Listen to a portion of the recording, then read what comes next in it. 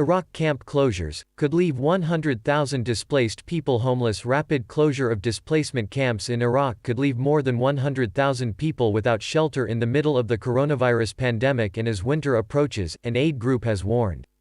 People in camps in 7 provinces were being forced out with little notice, the Norwegian Refugee Council said. The government expects them to return to their areas of origin. But many of those were destroyed during the war against the Islamic State group and still have not been rebuilt.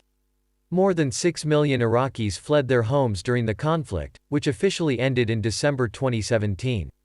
An estimated 1.3 million people remain displaced, while more than half of the 4.7 million returnees have gone back to areas where living conditions are severe, according to the International Organization for Migration (IOM).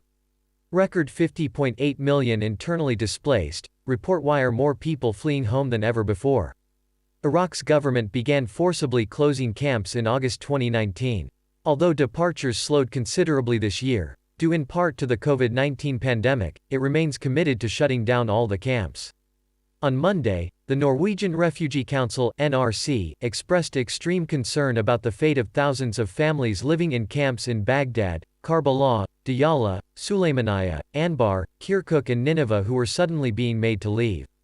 Many came from neighborhoods that were still totally destroyed and risked being blocked at checkpoints, or even arrested, because of lack of security clearance and perceived affiliation with armed groups such as IS, it said.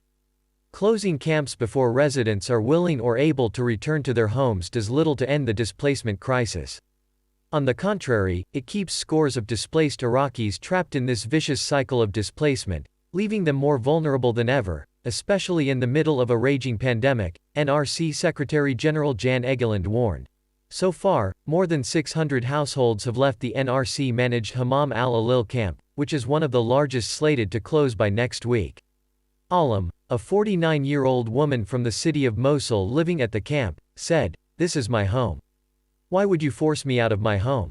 We will become homeless. It feels like a funeral to me."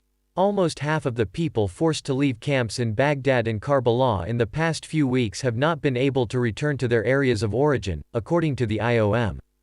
Many end up in precarious settings on the edge of cities and towns, in damaged, unsafe apartments or unfinished buildings, lacking basic necessities and healthcare.